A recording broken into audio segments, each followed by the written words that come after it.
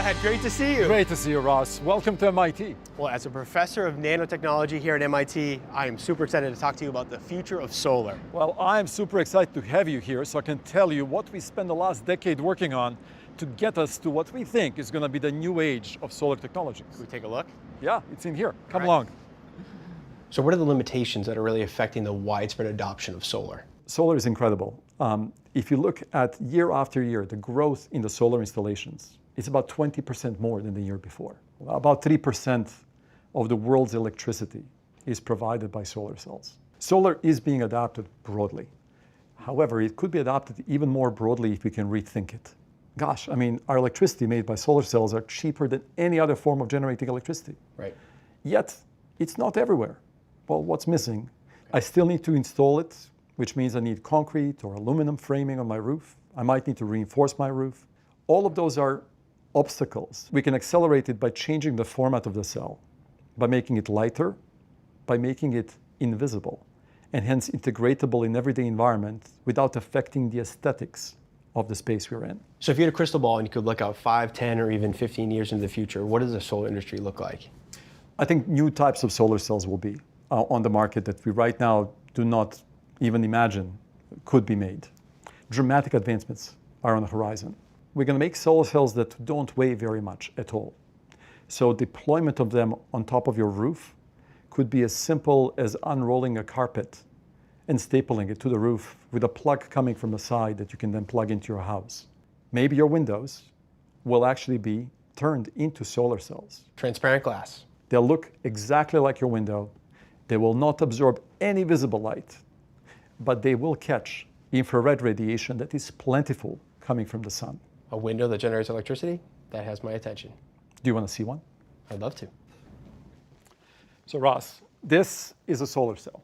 It looks like a window. It is, except it happens to have a thin film that absorbs infrared radiation and converts it into electricity. Wow.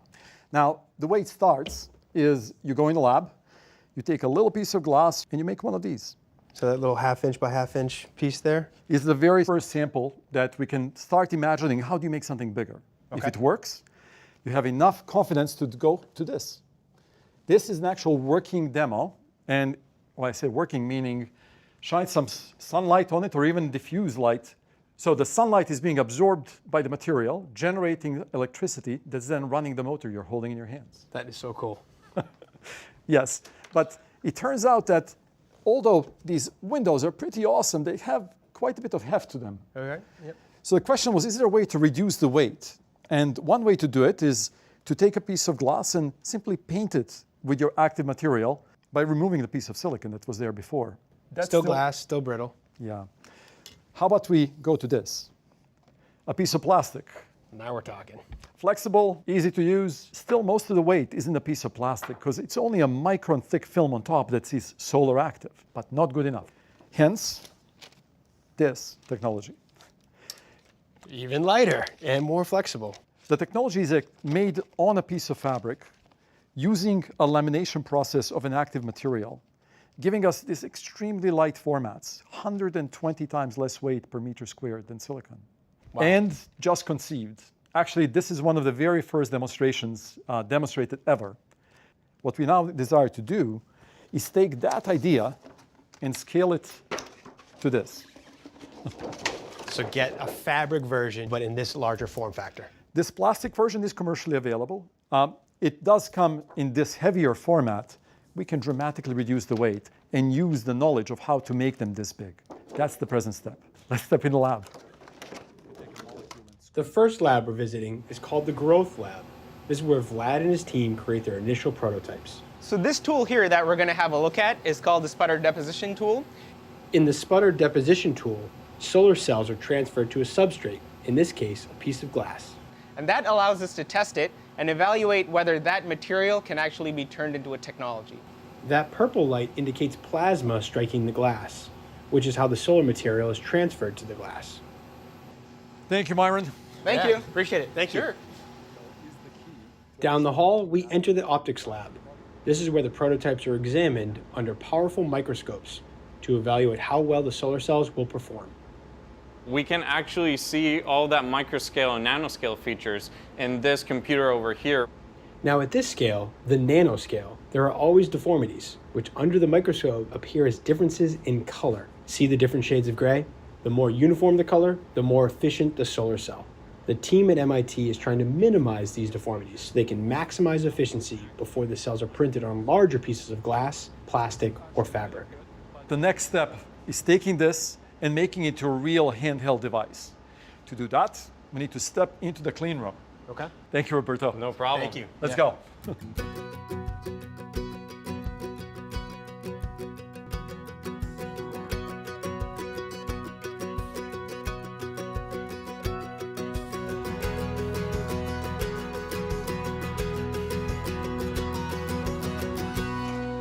Welcome to the clean room. Wow. Here, they use a variety of tools to scale up the larger prototypes. But the coolest of all these tools to make a really good solar cell is the slot die coater. And if you would like to use that machine to make the most amazing solar cells, you would ask Rich, the world expert in using slot die coater for printing of active solar films. All right. Rich, nice to meet you. Hi, nice to meet you. So this is a slot die coater. You can think of it a lot like the industrial version of the inkjet printer you might have at home. Okay. What it does is it takes material and slots it over any sort of substrate of your choosing. Okay. And what are we actually printing on today? Today we're printing on a very thin piece of plastic. This is PET. You might see it in water bottles. Okay. It's ultimately very thin and could one day become kind of the form factor of next generation solar cells. So this tool takes that small scale that you saw earlier and scales it up and proofs it for real manufacturing. And out comes a solar active material. Look at that. I mean, that's instantaneous. It prints and then it almost immediately dries. Wow. I mean, in a matter of seconds, you can actually screen print a flexible solar cell. That is really, really cool. What's the timeline like from concept to commercialization? Well, it took 5 years of my PhD to go from that small scale you saw earlier to this. And then from this, 5 years more, it will make it bigger and you can have the very first ones. Well, thank you. For a million people to have it, give us a little more time. So we need to scale bigger machines. Another 5 years and we'll be there. All right, 10 to 15 years, well worth the wait. Thank you so much. Thank you. Thank you, Rich. Bye. Well, Vlad, thank you so much for the tour. Pleasure. Come back anytime. Future's bright. Keep doing your thing. Thank you, my friend. Take care.